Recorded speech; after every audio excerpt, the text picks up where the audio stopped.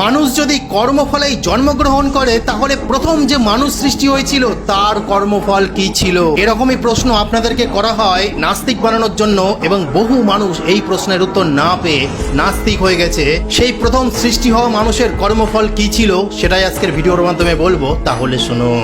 বন্ধুরা, এই প্রশ্নের উত্তর জানতে গেলে আমাদের সনাতন ধর্মে সৃষ্টি চক্রকে জানতে হবে, যে কিভাবে সৃষ্টি হয়, কিভাবে প্রলয় হয়ে যায়। বেদের মন্ত্রে বর্ণিত আছে যে ওম সূর্য চন্দ্রমসৌ ধাতা যথা পূর্বমকল্পয়ৎ দেবঞ্চ পৃথিবীং চান্তরিক্ষমথো স্বাহা।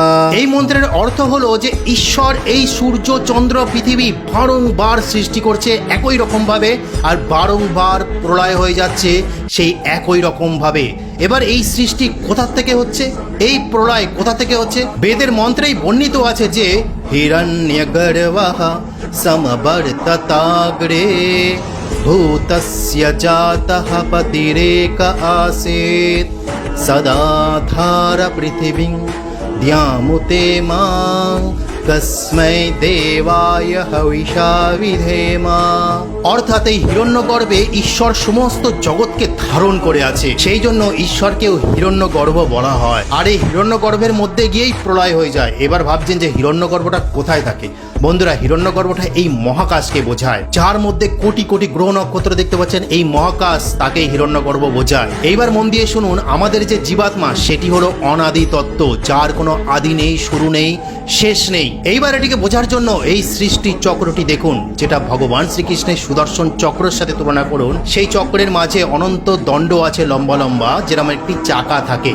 এইবার আমি যদি প্রথম মানব সৃষ্টি ধরে নিই যে এই দণ্ডটা, তাহলে আগের একটি দণ্ড বেরিয়ে আসবে, যেখানে আপনার মনে হবে যে আগে হয়তো ছিলাম আমি, এবং পরে আরেকটি দণ্ড দেখা যাচ্ছে, যেখানে মনে হবে আবারও আমি থাকবো পরবর্তীকালে। তো এইভাবেই অনাদি আকারে এই সৃষ্টি চক্র চলছে, সৃষ্টি এবং প্রলয় হিসাবে। কখনো সৃষ্টি হচ্ছে, কখনো প্রলয় হয়ে যাচ্ছে।